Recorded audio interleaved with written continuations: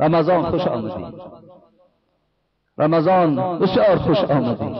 ما اگر چنده که شاید در تو بی‌پروایی کردیم، شاید در تو توجه هم نکردیم، شاید دلسوزی هم کردیم لیکن کم کردیم، روز قیامت شفاعت از جانب ما شد، سپر از برای ما شد.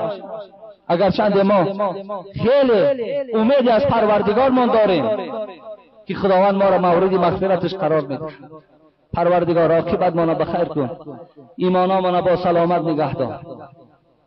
این ماه مبارک خدا از ما قبول بگردان، برکات و شرف این شب قدر در نامه اعمال ما کتابت فرما و تا رمضان دیگر خدایا همه جمعیت ما، همه مردم مسلمان را خدایا صحت و سلامت و به بلا و به آفت و به مشقت خدایا نگه دار. ربنا لا تزغ قلوبنا بعد إذ هديتنا وهب لنا من لدنك رحمة إنك أنت الوهاب آمين يا رب.